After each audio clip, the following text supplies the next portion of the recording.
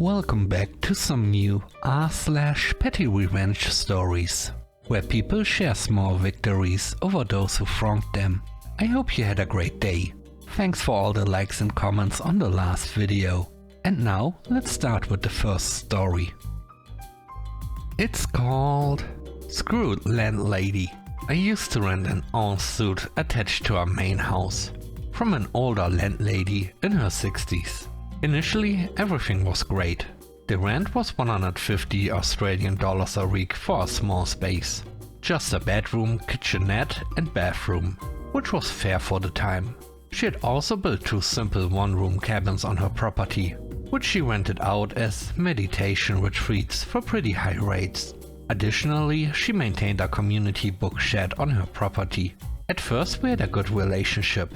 She would occasionally bring me soup, and we'd play table tennis in her shed. I even helped her by taking greenways to the tip and picking up pet food from the shop where I worked. She was also a regular user of a certain herb, which I didn't mind, but it wasn't exactly legal in Australia at the time, so it wasn't cheap to come by. After about 2 years, things started to change. She asked me to pay more rent, which I was willing to discuss within reason. However, she also wanted me to stop claiming government rent assistance, so she could receive everything in cash, undeclared, to maximize her pension. I was working casually and trying to save for our house, so losing even a small amount of assistance wasn't an option for me. She wanted to raise the rent by $50 a week, but after some back and forth, we compromised on $350 a fortnight. I even emailed her offering to move out if she wanted to charge more, but she insisted she didn't want me to leave. Despite this agreement, she began to distance herself. No more soups, no more table tennis invites, and she even stopped accepting help with green waste or pet food. Things became awkward. Eventually she started nitpicking about small things. She claimed my room was messy and attracting rodents, but her chickens, which she let wander freely, were far more likely to attract pests. She also accused me of wasting electricity by leaving lights on for short periods, even though my usage hadn't changed. It became clear she wanted me out, so she could rent the space for more money. She finally gave me a month's notice, claiming her sister was coming to stay. While I knew it wasn't true, I decided not to fight it. Finding a new place during the height of 2020 was incredibly stressful. I had to rehome my budgies and scramble to find a rental. But eventually I moved in with friends who were a tremendous support. Living with them allowed me to save enough for a house deposit, and I bought my first home last year. Once I was settled and my mental health improved, I decided to get some quiet revenge. Her bookshed by the beach became the perfect spot to leave a few invasive sea stars I collected while swimming. I tucked them behind the shelves where they'd be hard to find, and let's just say, they'd create a lasting impression once they decomposed. I also reported her to the tax office and government pension line for tax evasion and fraud. Additionally, I notified the council about her unapproved meditation retreats. I'm not sure if anything came of it, but I'd like to think she faced some consequences for her action. I later learned I wasn't the only one who'd had issues with her, so perhaps karma will catch up to her someday. The next story is called Office Pregnancy. I work from home because I'm 36 weeks pregnant, and my boss has been super understanding, letting me set my own hours. However, some of my co-workers, mostly the ones who don't work from home, kept asking me when I was going on maternity leave, and making comments like, "Oh, you must be so close to popping," almost every day. It started to get on my nerves, because they didn't seem to realize that I still had work to do. It wasn't just baby time for me, so I decided to have a little fun with it. I started exaggerating my symptoms in emails, feeling like my feet are about to explode from swelling, but powering through. Lol. Or just had to get up and walk around because the baby's kicking so much. I almost fell out of my chair. The next day I got an email from one coworker saying, "You should really take it easy, you are making us all worried." I replied, "Thanks. Actually, I'm due tomorrow, but they say it could take a while." And then, silence. No more questions, no more comments about how pregnant I was. My little prank worked perfectly. The third story is called Cat Cafe. I work with someone who absolutely loves drama. She's the type of person who has to know everyone's business. But instead of keeping it to herself, she spreads it around the office like wildfire. The worst part? She likes to twist the truth to make things more interesting.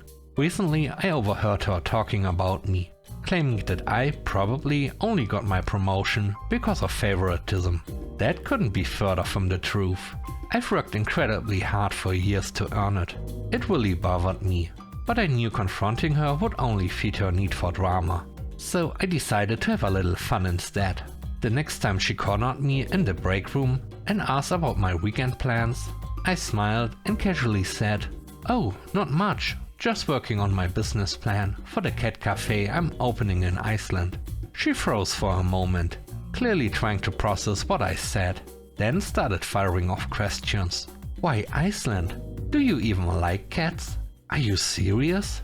I kept a straight face and acted like it was completely real. By lunchtime, the entire office had heard about my big move.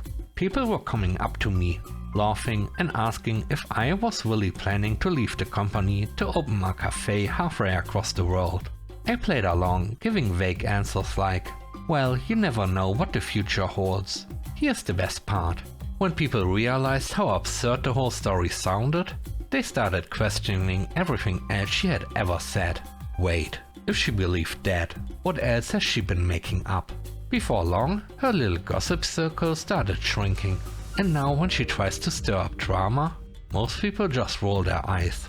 Not only is she leaving me alone now, but the whole cat cafe in Iceland story has become an office-wide joke. And honestly, I'm totally okay with that. The next story is called Garbage Employer. I worked for a company for about 5 years. And by the end, the stress and mistreatment had pushed me to the brink. When I finally left, I had been doing a supervisor's job without the pay, and for a shift I wasn't even scheduled for. Just to give you an idea of how bad it was. I got nearly a $10 per hour pay raise when I left, and my responsibilities were drastically reduced. Everything seemed fine until 2020 hit. The industry I moved into was deeply impacted, and I was laid off. The following year was one of the most challenging times of my life. After firing one contract agency for exaggerating my resume, I signed with another agency.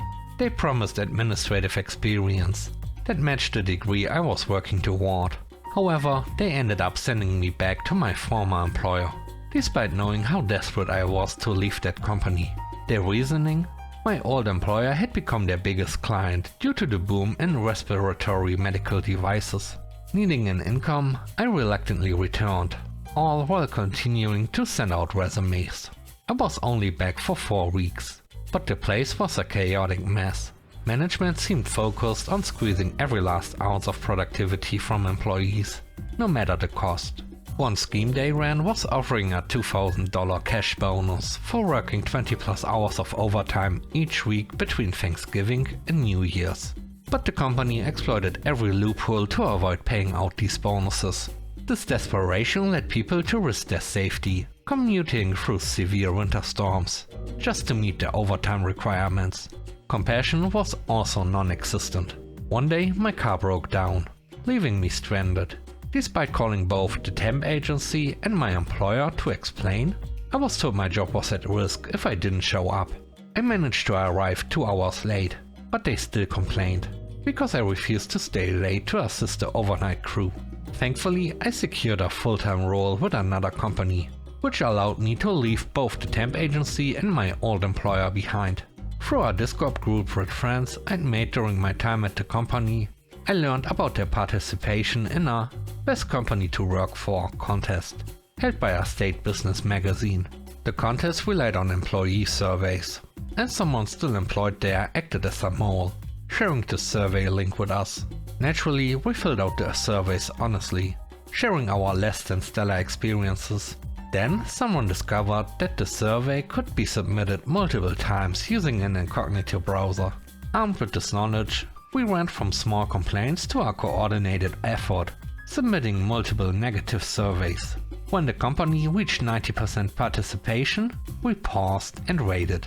As the announcement date approached, our mole reported that bubbly had been stocked in the break room fridges, and management was confidently posting about the contest on social media. They were certain they'd win. Then the results came out, and they didn't win. In fact, the feedback was so bad that the magazine reached out to discuss the results in detail. The disappointment hit hard. The bubbly disappeared. Social media posts were deleted, and employees were forbidden from discussing the contest.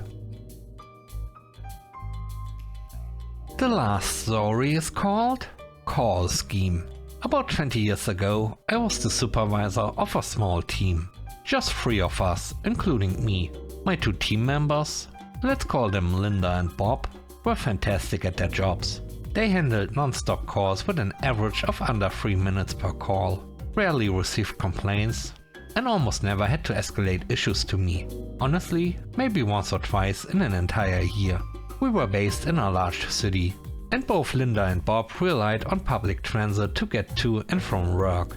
The timing of the commute was critical, because missing their early buses during rush hour could easily add an hour to their travel time. The phones we used were computer controlled, and at closing time they would automatically play a message saying the office was closed. However, any calls already in the queue still had to be answered. Since I worked an hour past closing, I'd have Linda and Bob log out on time, and I'd handle any remaining calls myself. It was a small way to help them avoid delays and make their buses. One day, my manager was reviewing the call logs and noticed a pattern. He insisted that Linda and Bob must stay logged in until all the calls were handled, effectively ending my little gesture. For the next week, they kept getting stuck answering late calls and missing their buses. It was frustrating, but then my brilliant wife suggested something that sparked an idea. On Monday morning, I had a quick chat with Linda and Bob. I mentioned that if there were any late calls needing a supervisor, they should remember that I worked an hour later than them. I assured them not to worry about transferring those calls to me if needed. Linda caught on right away, and I think she had to explain it to Bob. From that day on, it was amazing how many calls just happened to require a supervisor right at closing time. The call reports only showed the calls they answered, not the ones they transferred. Best of all, no more missed buses for Linda and Bob. We kept this up for nearly 5 years, until I moved to a new position. Linda and Bob have since retired, but we still laugh about our little workaround. To my knowledge, my manager never found out what we did.